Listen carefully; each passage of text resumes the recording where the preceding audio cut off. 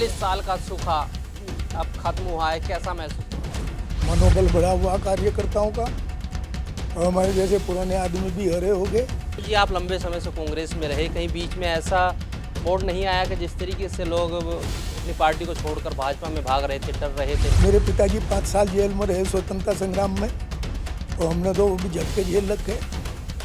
हमारा मनोबल इतना कमजोर नहीं है कि हम कहीं इधर उधर भागते। संजय गांधी के साथ आप रहे, जेल भी गए, वो एक तरह से सामाजिक परिवर्तन था और हमने तो, क्योंकि हमने बहुत करीब से रहे हम साथ में, वो सब इस बात को महसूस करने लगे थे कि जब तक हम कैडर को नहीं जिम्मेदारी देंगे तब तक कांग्रेस आगे नहीं चलेगी। भाजपा एक नारा लेके आई 400 पार। बिना बात का नारा था, उसमें कोई दम नहीं था नारे में। वो भी जानते थे कि 400 पार होने का कोई मतलब ही नहीं है। हर आदमी को पता है इस बात का कि बिल्कुल एक आदमी की तानाशाही चल रही थी और सबसे बड़ा कारण तो हमारे मोदी जी हैं, जिनके नाम से चुनाव लड़ा गया।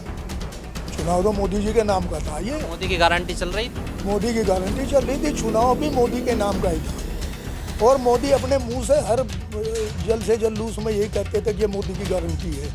तो जब मोदी की गारंटी है तो अगर आज वो नीचे आई है तो भी मोदी के कारण ही है। राम मंदिर मुद्दा ये लेके आए थे, राम मंदिर मुद्दा इन्होंने कहा है कि चुनाव में काफ़ी इफेक्ट होगा, बीच में ही उसका उद्घाटन भी किया गया। एक तो इनका नीचे का वर्कर जो है और एक मिडिल जो एक इनका कैडर है, वो सारा इस भ्रम में आ गया कि बर रामचंद्र जी तम गए। तो इन्होंने बाबूजी जूते पहन करके इन्होंने वो कोविंद साहब जो राष्ट्रपति थे उन्होंने तब भगवान रामचंद्र जी की आरती करी। कभी सोनिया गांधी और मनमोहन सिंह को देखा, कभी जूते पहन करके आरती करी उन्होंने भगवान जी की।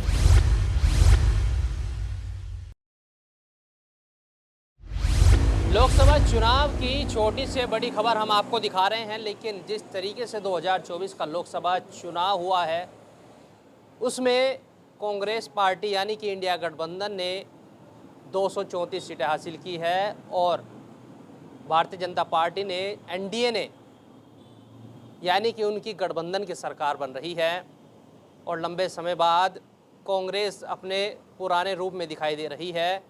हमारे साथ मौजूद है पूर्व विधायक सुरेंद्र कपिल जी, जिन्होंने संजय गांधी के साथ 3 से 4 बार जेल गए और इस सूखे को हरा इस 40 साल बाद देखने के लिए कितना संघर्ष करना पड़ा, उनसे बात करते हैं। सुरेंद्र जी, सबसे पहले तो आपका स्वागत है।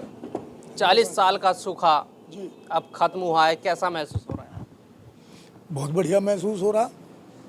मनोबल बढ़ा हुआ कार्यकर्ताओं का और हमारे जैसे पुराने आदमी भी हरे हो गए। जैसे बसंत ऋतु में नई कोंपले आ जावे हैं तो हम भी उस तरह से हो गए। अच्छा सुरेंद्र कपिल जी, आप लंबे समय से कांग्रेस में रहे, कहीं बीच में ऐसा मोड़ नहीं आया कि जिस तरीके से लोग अपनी पार्टी को छोड़कर भाजपा में भाग रहे थे, डर रहे थे, बोला जा रहा था कि घबरा रहे हैं, कार्रवाई ना हो जाए, आपको कभी ऐसा महसूस नहीं हुआ? नहीं, मुझे ऐसा महसूस नहीं हुआ ना, मैंने कोई ऐसा काम कर रखा कि मैं घबराऊँ। मेरे पिताजी 5 साल जेल में रहे स्वतंत्रता संग्राम में, तो हमने तो वो भी झटके झेल रखे। हमारा मनोबल इतना कमज़ोर नहीं है कि हम कहीं इधर उधर भागते। जिस पार्टी ने हमें रिकॉग्नाइज़ किया, आप अंदाज लगाइए कि जब 1926 में लाहौर के अंदर झंडा फहराया रावी के तट पे नेहरू जी ने, तो हमारे पिताजी यहाँ से वहाँ पहुँच गए थे। सहारनपुर में बहुत से आदमी गए थे, बीच में कोई अम्बाड़े में पकड़ लिया, कोई लुधियाने में पकड़ लिया, लेकिन हमारे पिताजी पहले दिन पहुँच गए थे वहाँ और वहाँ डिटेन भी रहे 3-4 दिन। तो हमारे वहाँ परिचित थे एक वहाँ के राय बहादुर, उन्होंने अपने बेस पर फिर न छुड़वा लिए थे। तो हम घबराने वाली तो हमारे कहीं है ही नहीं कोई किसी तरह का कोना। तो संजय गांधी के साथ आप रहे, जेल भी गए, वो क्या दौर था, थोड़ा सा बताएंगे? उसमें देखिए, सबसे बड़ी बात यह है कि वो एक तरह से सामाजिक परिवर्तन था।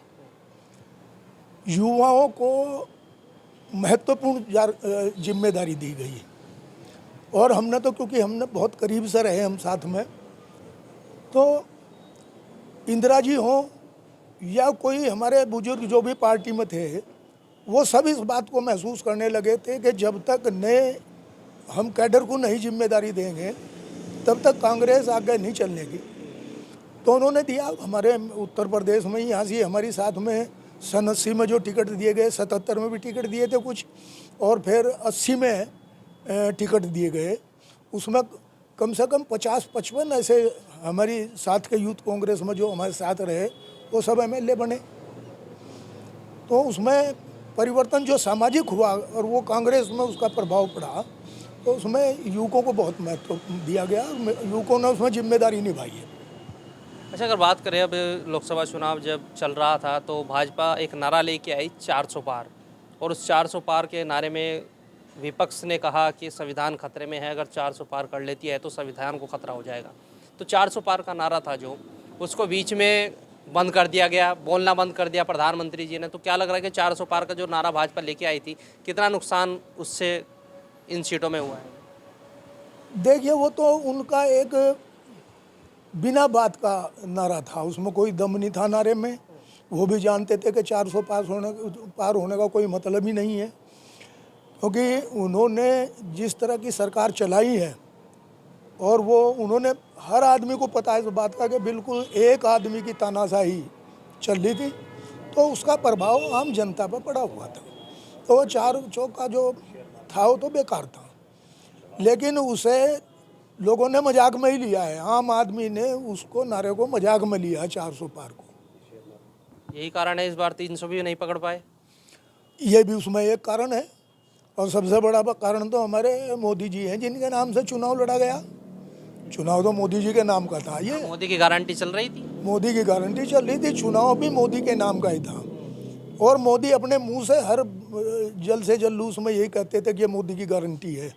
तो जब मोदी की गारंटी है तो अगर आज वो नीचे आई है तो वो भी मोदी के कारण ही आई। तो भाजपा का कहीं रूप ही नहीं दिखा कि भाजपा के नाम पे वोट मांगा गया या किसी और मुद्दे पे वोट मांगा गया। नहीं, मुद्दे तो और कुछ नहीं, 5 किलो अनाज के ऊपर था। 5 किलो अनाज जो है उस पर मोदी के जो में लगे हुए थे फोटो, उस पर थैले पे, तो उन्हें भिखारी तो बना ही दिए थैले पे उन लगा करके, लेकिन उसका प्रभाव था।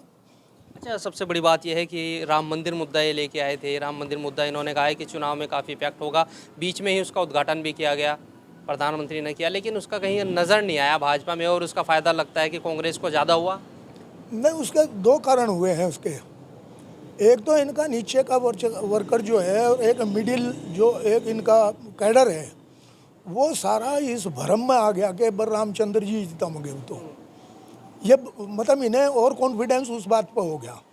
दूसरी बात आप ये देख कर चलिए कि हमारे समाज के सनातन धर्म के प्रमुख शंकराचार्य जी और मुक्तेशानंद जी महाराज, उन्होंने तब भी कहा कि आप अपने चुनाव की वजह से इसका मंदिर का जो प्राण प्रतिष्ठा कर रहे हो, ये अधूरा मंदिर है, अधूरे मंदिर में प्राण प्रतिष्ठा धर्म सम्मत नहीं है। लेकिन क्योंकि इन्हें तो अपने चुनाव के हिसाब से चल रहे थे, तो और इन्होंने वह एक इवेंट बना ली उन्होंने चुनाव के लिए, इसीलिए उसमें दूसरे आदमी भी नहीं वहाँ गए। नहीं तो कोई, अब मैं हूँ, मेरे ख्याल में मोदी भी नहीं इतना भगवान जी की पूजा रामचंद्र जी करते होंगे जितनी हम करें। तो कह रहे थे कि हम राम को लाए हैं, जनता कह रही है हम उनको लाएंगे। तो राम ने उन्हें औकात बता दी कि तुम कौन हो मुझे लाने वाले। राम तो सर्वव्यापी हैं राम, ये कहाँ से लाएंगे। बच्चा बनाकर उसे उंगली पकड़ा दी। इनकी तो स्थिति ऐसी है, दूसरों को तो ये बताएंगे कुछ हो। रामलीला मैदान में दिल्ली के अंदर इन्होंने बाबूजी जूते पहन करके, इन्होंने वो कोविंद साहब जो राष्ट्रपति थे, उन्होंने तब भगवान रामचंद्र जी की आरती करी। कभी सोनिया गांधी और मनमोहन सिंह को देखा, कभी जूते पहन करके आरती करी उन्होंने भगवान जी की। यही कारण है कि जो और कॉन्फिडेंस था वो अयोध्या भी हार गए। हाँ, अयोध्या के हारने का तो बहुत महत्वपूर्ण मामला है। और यही नहीं, जितने ऐसे हमारे सनातन धर्मियों के पवित्र स्थल हैं वहाँ पे सब जगह ये हारे हैं। चाहे वो प्रयाग है और चाहे वो वहाँ पर उससे लगा हुआ चित्रकूट से इलाका है, वहाँ भी चुनाव हारे। और अयोध्या में तो जब भगवान रामचंद्र जी ने ही पेल लिए तो फिर तो कोई गुंजाइश ही नहीं रही।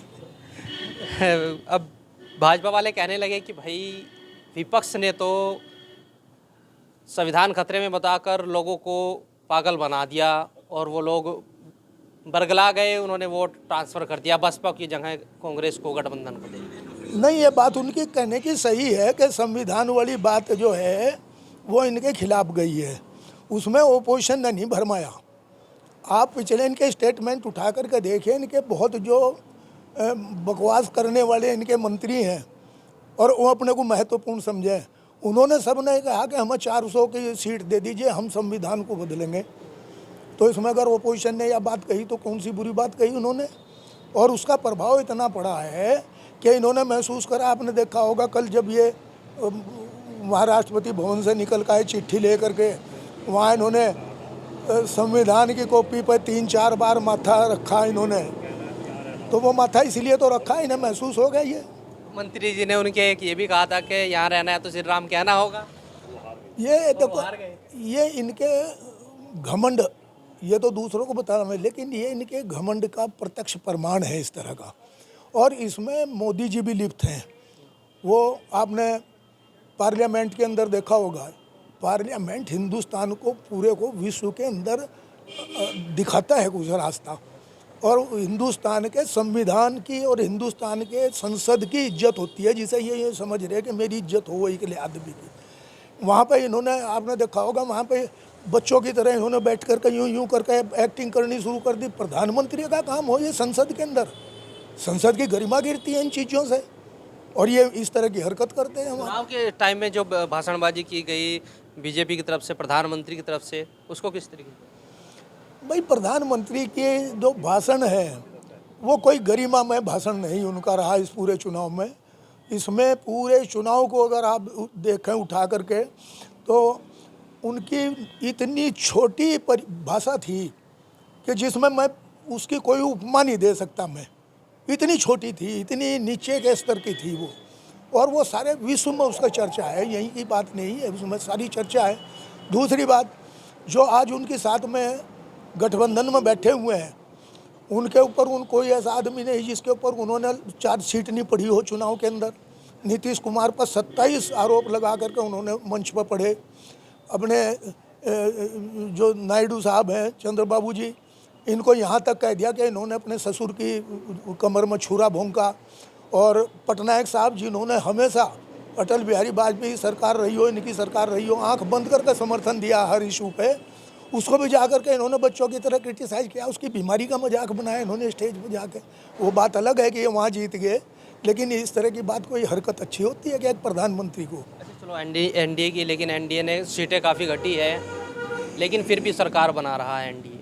तो क्या लगता है कि इस बार कितनी, कह रहे कि बीच में सरकार गिर सकती है, हो सके सरकार ना बने? देखो भाई, बात ये है कि इस वक्त सीट जिस तरह आई है दोनों तरफ की, इसे ये तो स्पष्ट है कि ये टूटा हुआ जनादेश है। जो मोदी की गारंटी वाला जनादेश तो ये है नहीं, तो ये कभी भी गिर सकता है।